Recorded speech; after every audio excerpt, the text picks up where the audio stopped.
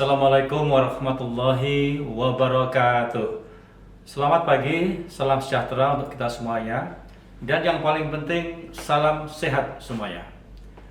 Pada hari ini kami ingin memberikan beberapa hal penting bagi seluruh warga negara Indonesia dan pekerja migran Indonesia yang berada di Brunei Darussalam terkait dengan perkembangan terakhir pandemi COVID-19. Sebagaimana kita ketahui, setelah hampir 1,5 tahun di Brunei ini tidak ada kasus positif kecuali kasus impor, maka 2 hari terakhir ini kita mendapatkan pengumuman yang begitu mengejutkan, yaitu adanya kasus positif lokal atau tempatan. Kita sama-sama membaca di media setempat, kita sama-sama menyaksikan tayangan televisi bahwa tanggal 7 kemarin diumumkan untuk pertama kalinya di Brunei terdapat 7 kasus positif tempatan atau lokal. Total kasus pada hari Sabtu kemarin tanggal 7 ada 8 orang, di mana 1 orang adalah kasus impor dari Timur Tengah dan yang 7 adalah kasus tempatan atau kasus lokal. Kemudian kemarin tanggal 8 diumumkan kembali terdapat 17 kasus positif baru, di mana 15-nya adalah kasus lokal dan yang 2 adalah kasus impor. Kemudian untuk itu kami ingin berikan data secara umum bahwa sampai saat ini di Brunei telah terdapat 364 orang terjangkit COVID-19 dan dari jumlah tersebut 3 orang telah meninggal dunia, 294 orang sembuh dan 67 masih dirawat. Dari jumlah 67 itu 40 orang adalah warga negara Indonesia. Dan dari jumlah 40 orang tadi kami deteksi masih 35 orang yang sedang dirawat. Mari kita doakan mudah-mudahan warga kita yang masih dirawat ini segera sembuh dari serangan virus ini. Kita juga dalam kesempatan ini, kita semua warga Indonesia yang dari Brunei, semua pekerja migran yang di Brunei, mari kita semuanya bersyukur, kita berterima kasih kepada pemerintah Brunei yang selama ini di negara ini cukup aman bagi kita dan bahkan kita hampir 100% dapat melakukan kegiatan-kegiatan yang seperti normal. Dengan kasus terakhir ini, maka pemerintah Brunei dengan cepat dan sigap melaksanakan langkah-langkah yang sangat ketat terkait dengan pelaksanaan protokol kesehatan. Untuk itulah maka kendati semua warga kita sudah mengetahui, saya ingin mengulang kembali beberapa hal yang penting untuk diketahui. Pertama, sementara ini atau sebelumnya kita boleh berkumpul-kumpul dengan jumlah maksimal 1.000 orang.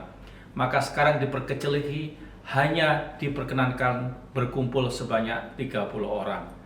Tempat-tempat ibadah sekarang ditutup kembali, padahal baru bulan Mei kemarin kita sudah boleh beribadah seperti biasa. Maka sekarang tidak boleh kembali. Tempat-tempat umum seperti tempat-tempat gimnastik, tempat-tempat untuk olahraga terbuka, tempat-tempat hiburan juga sekarang ditutup kembali.